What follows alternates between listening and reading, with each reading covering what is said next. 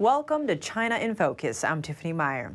In today's special episode, we sat down with Peter Navarro, former trade advisor at the White House and author of Taking Back Trump's America. He sheds light in which ways the Trump administration could have been tougher on China, what steps America needs to take now in dealing with the China threat, and more. Let's dive in. Peter Navarro, thank you so much for joining us. Great to have you on the show. Honored to be here. So you have a book coming out soon called Taking Back Trump's America, and in that you kind of mentioned the weaknesses or kind of part of what made him lose in 2020. And so how much did the China policy contribute to that?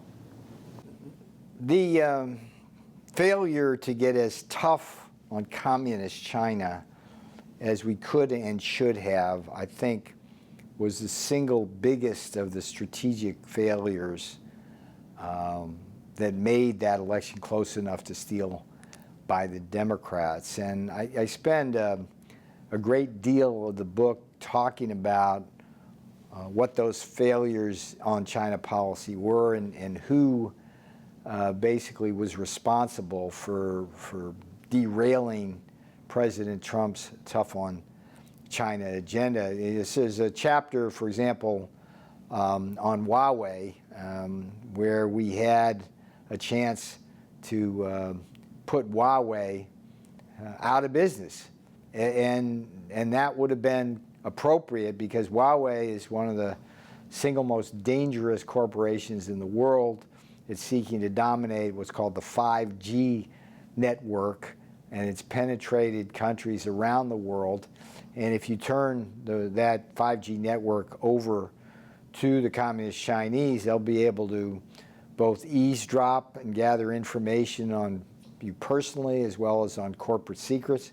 And when the time comes, they can shut that network down if they declare war on us, which is not a possibility we should discount. A similar chapter on ZTE, we had them on the ropes and let them get up. ZTE is one of the most corrupt corporations on the planet.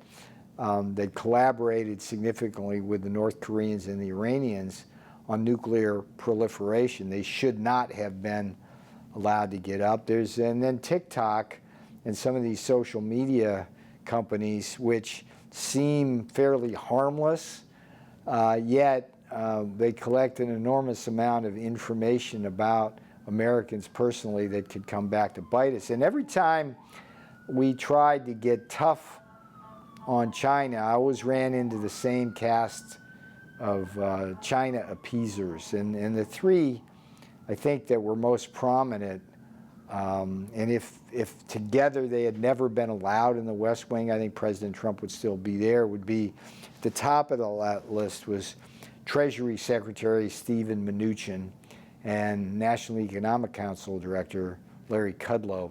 I always made this analogy between the leaders of Great Britain during the 1930s, who were the appeasers of the Third Reich in Germany, Neville Chamberlain, the Prime Minister, and Lord Halifax, his top aide. Mnuchin and Kudlow effectively are the Neville Chamberlain and Lord Halifax of our time. And then, of course, there was Jared Kushner. And the three of them would constantly back-channel the communist Chinese, whisper stuff in the boss's ear about how it would be dangerous for the stock market or the economy to get tough on China. And they were able to hold him back on some things. My biggest failure in the West Wing was my failure to get the boss to sign the executive order that would have held communist China accountable for the pandemic, both financially, and that would have been costs that would have run into the trillions, as well as for the physical act of infecting Americans and killing Americans as well. We know now, I said then, we know for a fact now that that virus came from the Wuhan Institute of Technology, that it was likely a bioweapon genetically engineered with the help of Tony Fauci, and his grant funding to the communists. We know that now, but when I was saying it back then, these China appeasers within the West Wing would do everything to stop me and get the boss to not pull that trigger, and that's one that got away. And Peter, on that last note, why did you see the seriousness of the pandemic, especially in the early days, right? Because so many people were saying, oh, it's going to end soon. What did you see? Well, interestingly enough, if you look at the trajectory of that, January of 2020 was when this thing first came on our radar in the West Wing. And years earlier, and I'm talking 2006, in the first book on China I wrote called The Coming China Wars, I actually had predicted that communist China would spawn a pandemic that would kill millions.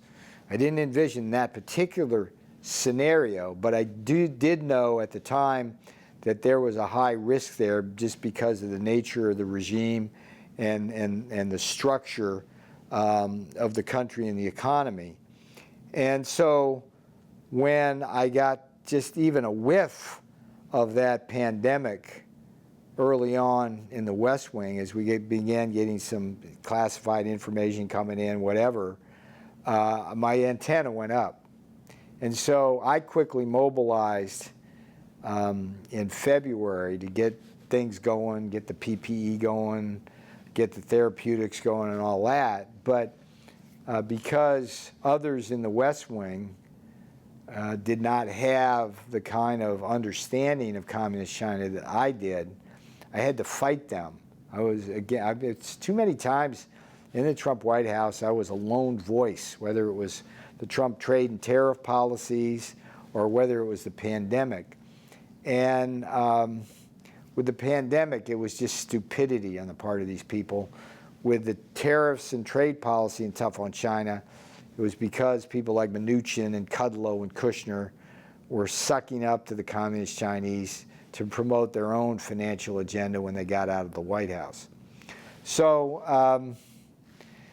to this day, I think that it's important that we hold communist China accountable, but we let an important opportunity slip by there, because the primary attack on President Trump leading into the election in 2020 was to blame him for the pandemic, wrongly in my judgment.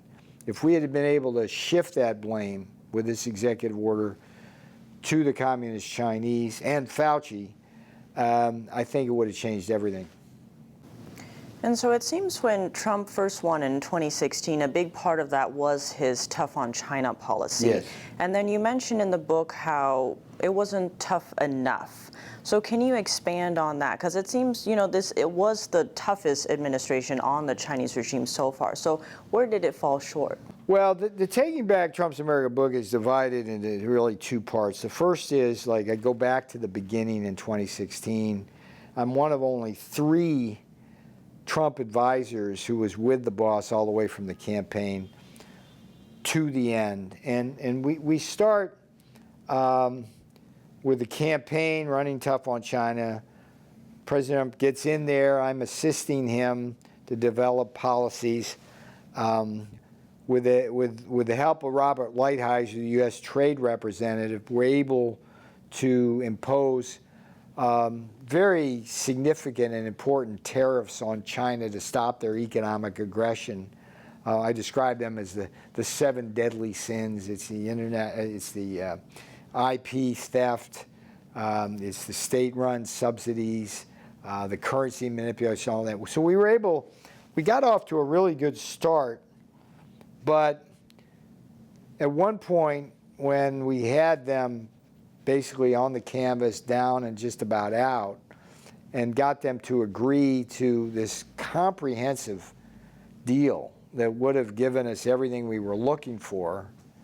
They agreed to it. The communists agreed to it, and then they didn't, which is typical communist Chinese behavior.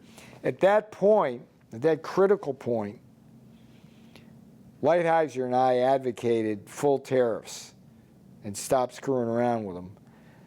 But the Mnuchin, Kudlow, Kushner wing wanted to negotiate, and we fell prey to this so-called skinny deal, which I opposed from the beginning, which I opposed when they signed it. It was just a bad deal, and that's where we lost our way, because after the skinny deal got signed, the Mnuchin, Kudlow, others were vested in that, and they didn't want to rock that boat, when in fact it was politically naive for them to follow that path, and we paid a price for it.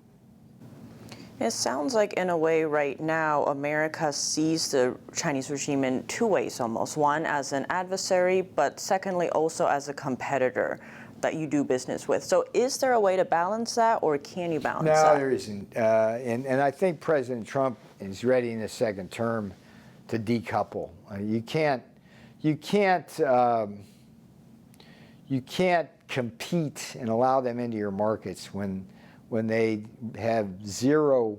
They not only have zero respect for the rule of law here in any agreements you might sign, they use that against us. They turn that against us in ways which we are so naive and stupid sometimes, we let them get away with it. I mean, if I had a dime for every time I told a corporate executive not to take their intellectual property to China and then have them come crying back to me when it got stolen, I'd have a lot of dimes.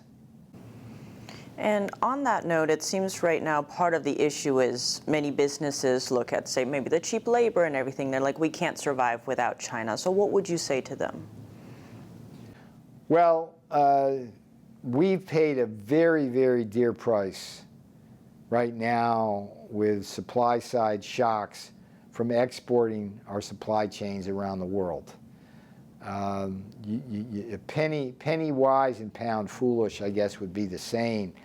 If you do what let me step back for a minute and say one of the key contributions to the Taking Back Trump's America book is to explain what MAGA is, Make America Great Again is. You know, what distinguishes MAGA Republicans from Rhino Republicans. And one of the important features of what I call the iron triangle of MAGA principles is bringing our supply chains and therefore our manufacturing home, and that is the key over time to increasing the real inflation-adjusted wages of workers and giving workers stability in terms of long-term employment and making the middle class prosperous. And that idea is alien to Wall Street and the globalists. They went and chased slave labor and pollution havens in China, thinking that they'd save a few shekels, and it's just not working. And now we're exposed to shortages, blackmail by the Communist Chinese. I never forget, during the middle of the pandemic, and I talk about it in the Taking Back Trump's America book, Communist China basically said they hoped we drowned in a sea of virus when we were threatening to hold them accountable for the virus. They literally were trying to intimidate us not to press them on where that virus came from. I'm thinking to myself, you got to be kidding me. Has it come to this? They can infect us with a virus and then threaten us to keep our mouths shut. I mean, that's, you know, what are we, Bulgaria or something? But, you know, that's the way they work. That was Peter Navarro, former trade advisor at the White House. And after a break, we hear more from him on the economy in both the U.S. and China, what it means when it comes to doing business in China, and more in just a minute here on China in Focus.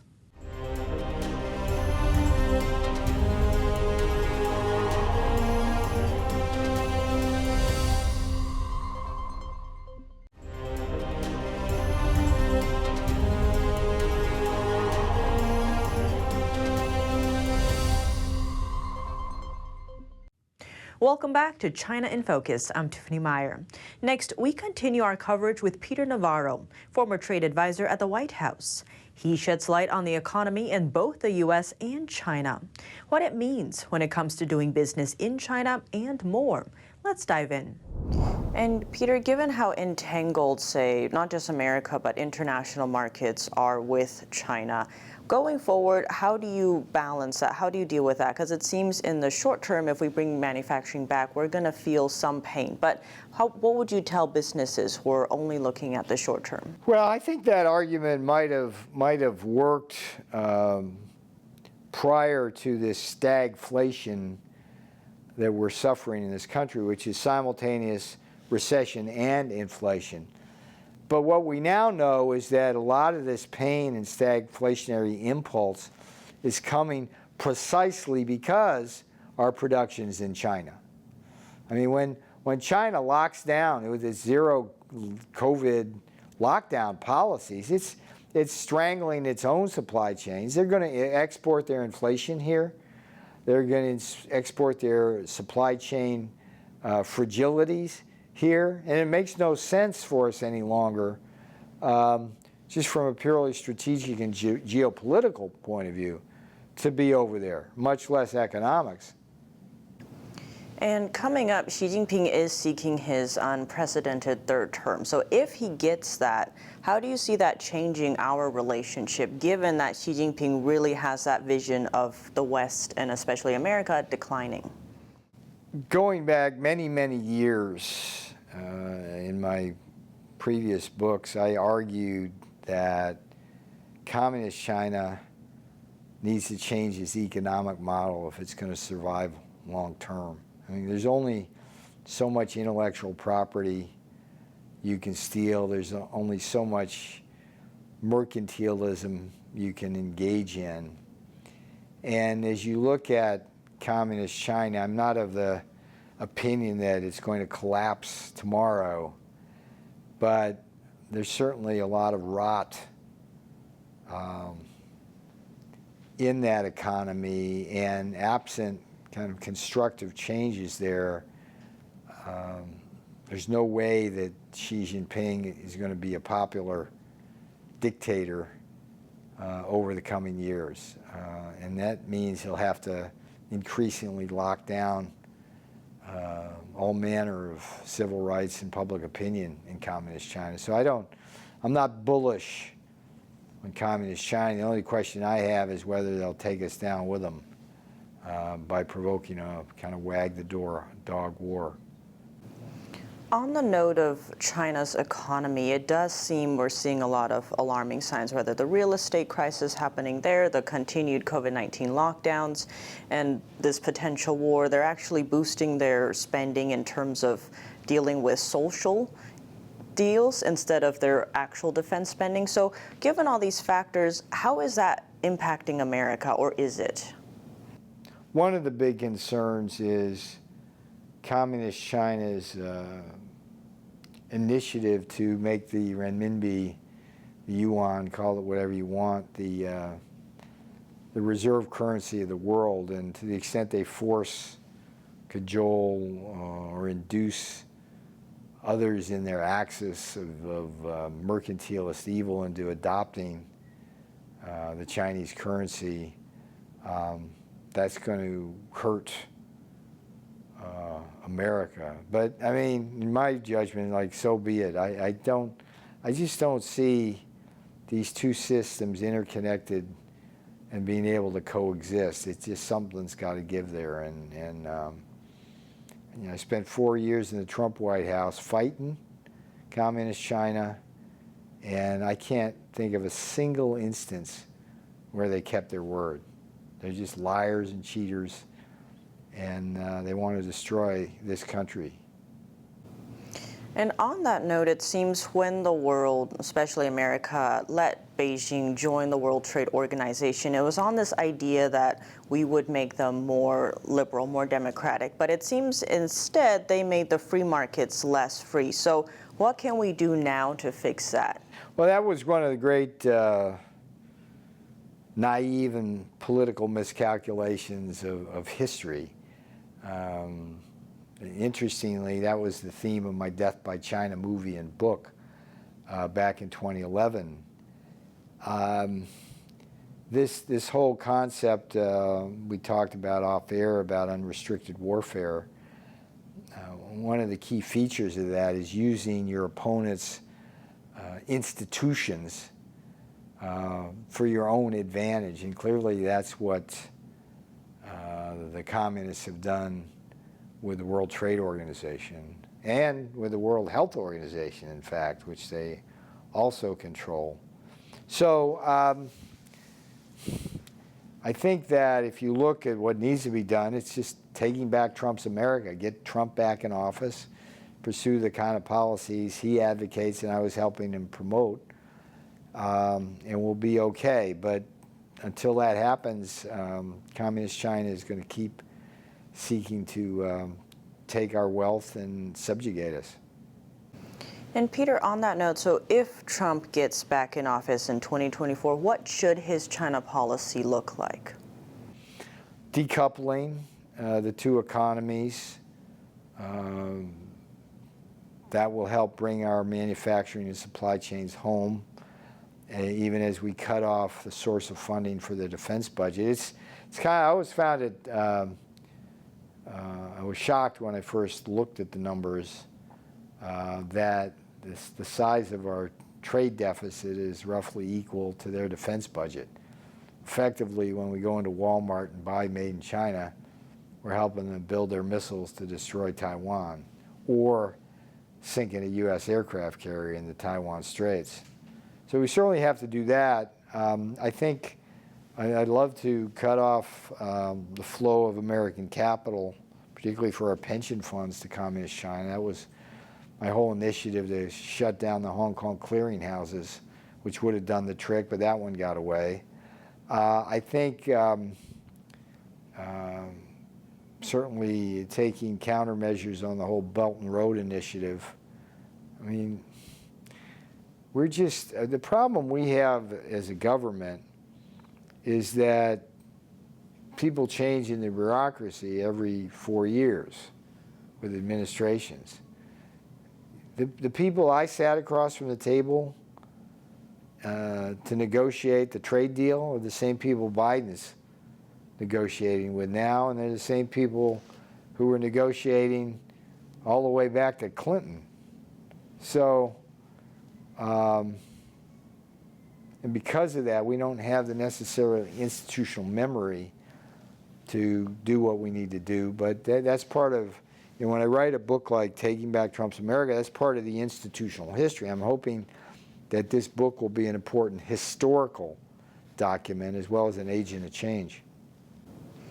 And given that, what can the concerned citizen do going forward to maybe try and help?